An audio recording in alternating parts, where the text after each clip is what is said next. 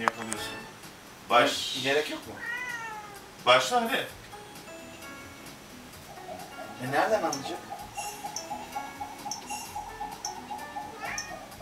Ne oluyor abi? Ayaklarınla alakalı.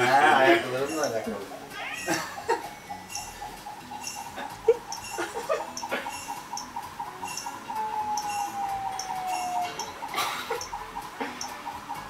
Ellerimi kaldırıyorum. Yok, vücudunda sağa doğru, sola doğru eğiliyorsun. Sağa eğil. Sil. 2 tane şimdi döndürüyorsun, artıyor spin.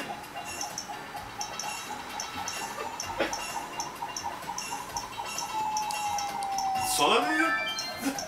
Ben şimdi 3 tane birden yapıyorsun. Süper bir şey bu ya. Alayım ben. Sağa eğil. Ah. Sola eğil. Dur ya. Hadi.